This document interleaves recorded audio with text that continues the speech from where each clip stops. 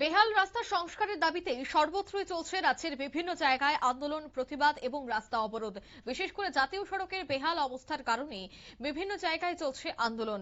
এবার দেখা গেল কুমারঘাটের সর্দারপল্লী স্থিত আসাম আগরতলা সড়কেও বেহাল রাস্তা সংস্কারের দাবিতে সড়ক অবরোধ চলে। ভোগান্তিতে পড়েন যাত্রীরা। প্রশাসনের ভূমিকায় স্থানীয়দের মধ্যে ক্ষোভ তৈরি হয়। জানা গেছে আসাম আগরতলা NH8 সংলগ্ন এলাকায় বিক্ষোভে ফেটে পড়েন স্থানীয় বাসিন্দারা। দীর্ঘদিন ধরে রাস্তার সংস্কারের দাবিতে কোনো কার্যকর উদ্যোগ না নেওয়ায় তারা জাতীয় সড়কটি অবরোধ করে আন্দোলন শুরু করেন।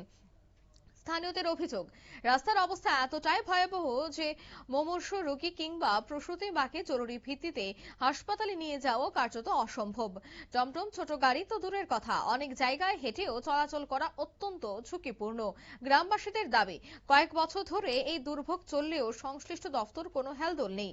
বারবার প্রশাসনকে জানিয়েও রাস্তা মেরামতের কোনো উদ্যোগ দেখা যায়নি।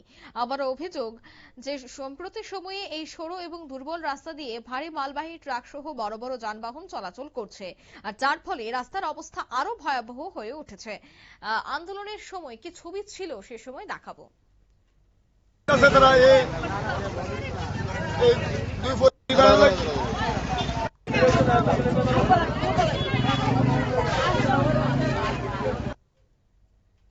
আপনারা দেখলেন শারদাপল্লী এলাকায় এই আন্দোলনটি চলে। এলাকাবাসীদের দাবি অতি সত্বর রাস্তার সংস্কার করতে হবে। তবে সড়ক অবরোধের খবর পেয়ে ঘটনাস্থলে পৌঁছায় কুমারঘাট থানার পুলিশ।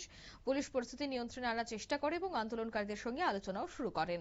এখন প্রশ্ন একটাই, আর কতদিন প্রশাসনের কুম্ভকর্ণের মতো ঘুমাবে, নাকি এবার রাস্তা সংস্কারে এগিয়ে আসবে, সেটাই এখন লাখ টাকার প্রশ্ন।